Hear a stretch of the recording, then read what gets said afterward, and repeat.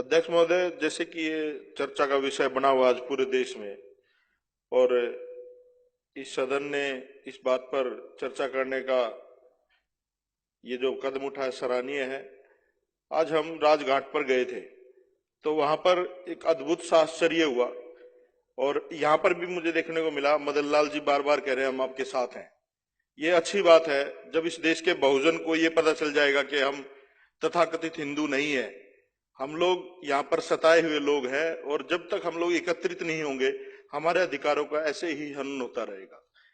इस देश में जब जब जरूरत पड़ी, अगर देश को चरित्र की जरूरत पड़ी, रामायण की जरूरत पड़ी, भगवान वाल्मीकि से लिखवा ली, और महाभारत की जरूरत पड़ी तो वेद व्यास से लिखवा ली।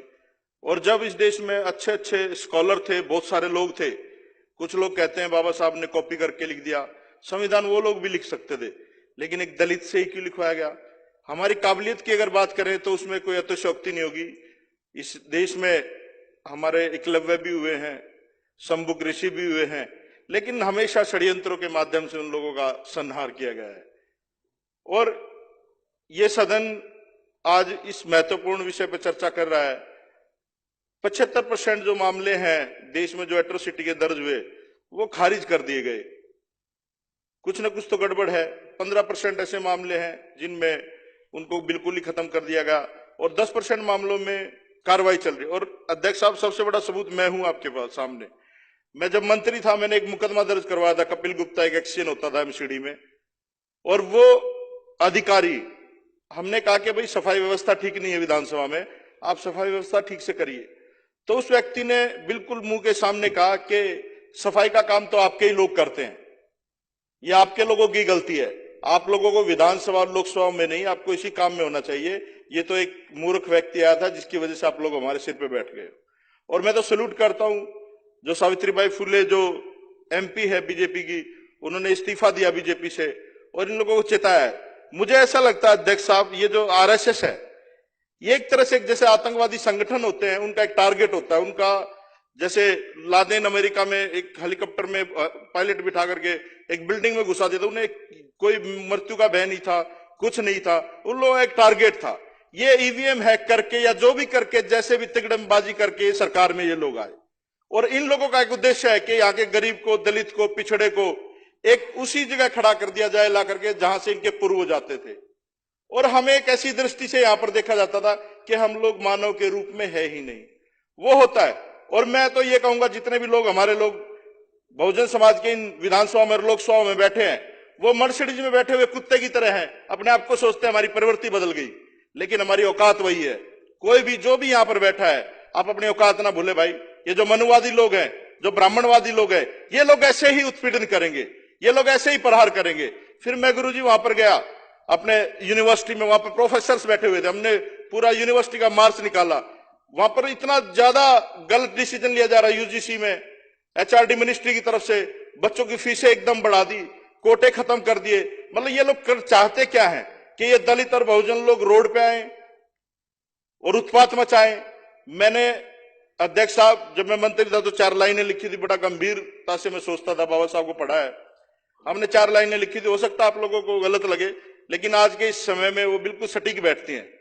उसमें लिखा था मैंने कि अगर संविधान सुरक्षित है तो हम सुरक्षित हैं, अगर संविधान सुरक्षित है तो हम सुरक्षित हैं, अगर हम सुरक्षित हैं तो ये देश सुरक्षित है। इस सदन के माध्यम से पूरे देश को बताना चाहता हूं, अगर हमारे लोगों पर, अगर हमारे समाज पर अगर किसी भी तरह का उत्पीड़न होगा तो हम लोग सड़कों पर भी आएंगे, और जब तक बात संवाद से बनेगी संवाद से भी करेंगे। अगर हमें कुछ और भी करना पड़े समाज को बचाने के लिए, क्योंकि लोगों से देश है। अरविंद केजरीवाल जी भी कहते हैं ना भाई, पुल देश नहीं है, सड़क देश नहीं है, बिल्डिंग देश नहीं है, लोग जो है वो देश हैं। अगर हम ही नहीं रहेंगे तो जंगल राज है ये, अगर जंगल ही है तो फिर जंगल में तो जानवर एक दूसरे को मार के खाता है।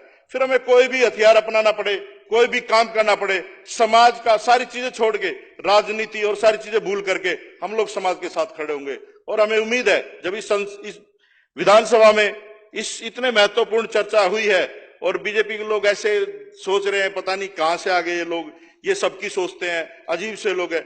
ये मैं बताना चाहता हूं आपको, ये जो पार्टी है और ये जो यहाँ पर विधानसभा है, ये अजीब से ही लोगों की है, पता ही नहीं कौन कहां से आ गया। तो ये मिक्सअप है, धर्मनिरपेक्ष, जातिवाद, इन चीजों में विश्वास नहीं रखती है, ये देश को आगे बढ़ाने में विश्वास रखती है, और हम लोग उसी के लिए काम कर रहे हैं। तो अध्यक्ष साहब, ये जो निर्णय है ये निंदनीय है। और इस देश में दुर्भाग्य हमारा ये है कि और भी चीजों में, बहुत सारी चीजों में गलत इस्तेमाल होता है कानून का। दहेज में चले जाओ, रेप केस में चले जाओ, बहुत सारे चीजों में दुरुपयोग होता है। इसका तो उपयोग ही नहीं हो रहा। जो जो बाबा साहब ने लिखा दलितों के लिए, बहुजनों के लिए, जो भी कानून इंप्लीमेंट होता है उस पर हथौड़ा चलता है। चाहे रिजर्वेशन का हो, चाहे किसी भी तरीका का देख लो आप, हर चीज में बात होती है। अब लोग कहते हैं आर्थिक आधार पर रिजर्वेशन होना चाहिए। अरे भाई, रिजर्वेशन गरीबी हटाओ उन्मूलन थोड़ी ना है, ये सामाजिक समरसता की समानता की बात है। वो समझ में आएगी जब अब दो लोग कहते हैं दलित राष्ट्रपति है जी। भाई दलित, तुम लोग फिर किस समरसता की बात करते हो? भाजपा के लोग ही कहते हैं दलित राष्ट्रपति है। क्या पहले राष्ट्रपति नहीं हुए जब तो उनकी जाति से संबोधित नहीं किया गया? संदीप जी कंक्लूड करिए। अध्यक्ष साहब धन्यवाद, आपने इस सेंसिटिव मुद्दे पे बोलने का मौका दिया। और मैं तो ये चाहूंगा कि इस पे कल जो ना, मैं तो बाहर बैठूंगा ही, काली पट्टी मुंह पे बांध करके बाहर बैठूंगा विधानसभा के।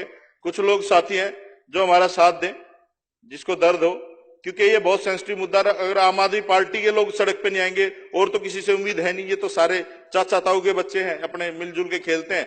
तो धन्यवाद अध्यक्ष साहब, आपने इतने मुद्दे पर बोलने का मौका दिया। श्री विशेष रवि